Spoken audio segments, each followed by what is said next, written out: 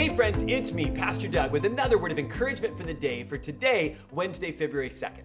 And today's word comes out of the book of Deuteronomy, chapter 5, verses 12 through 15. And in it, we continue our I Dare You series, where we've been exploring 6 practices that we believe will help you and me connect more deeply with God. 2 weeks ago, we talked about prayer and we actually put it into practice. We set aside 5 minutes every day to pray every single day. Last week, we talked about the importance of reading the scriptures every day, and we set aside time to read 3 chapters out of the book of John every day last week. So hopefully by the end of the week, you finished the entire book of John, all 21 chapters. This week, we're talking about the importance of Sabbath. Sabbath comes from the Hebrew word Shabbat, and it means to rest or to stop or to cease or to desist. And so the Sabbath is a day designated and dedicated to rest and worship.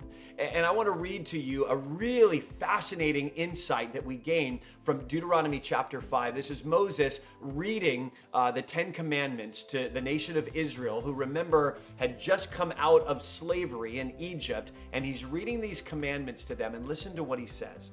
He says, "Observe the Sabbath day by keeping it holy, as the Lord your God has commanded you. 6 days you shall labor and do all of your work, but on the 7th day it's a Sabbath to the Lord your God.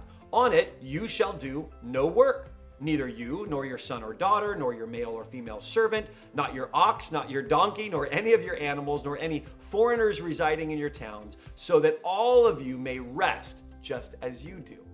And then he says something really fascinating in verse 15.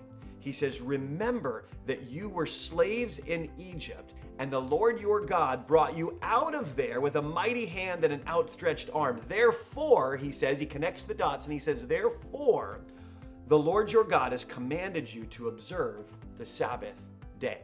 Okay, what does all this have to do with you and me, right? We're not Israelites.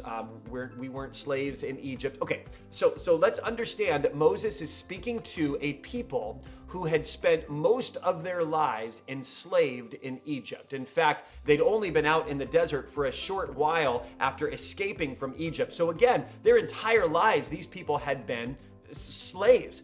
Think about this for a minute. Do slaves get a day off? No. Do slaves get sick time? No. Do slaves get 2 weeks of vacation every year? No. Do slaves get an hour lunch break and 2 10-minute breaks in the middle of it? No, slaves don't get any of those things. And so the people of Israel had been treated like animals. They'd been treated like machines. It was wake up and work, 7 days a week, produce and do and make and serve the Pharaoh. But now they've been set free. Now God has led them out of slavery. And so we have to reframe our understanding of the Sabbath. This commandment wasn't some religious ritual that God was forcing on the Israelites or somehow forcing on us. The Sabbath was a gift. The Sabbath was a gift to the people of Israel who had never had a day off, and God was gifting them with a day dedicated to rest and recreate and be rejuvenated and refilled so that they could continue working for the glory and honor of God. Friends, the Sabbath is a gift. And so I hope that you'll think about this week as you figure out when you're going to make time to set aside.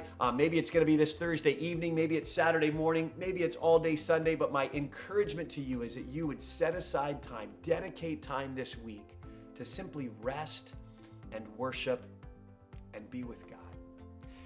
Friends, the Sabbath is a gift. I hope you'll take this gift this week. Hey, have a great rest of your day, and we'll see you tomorrow.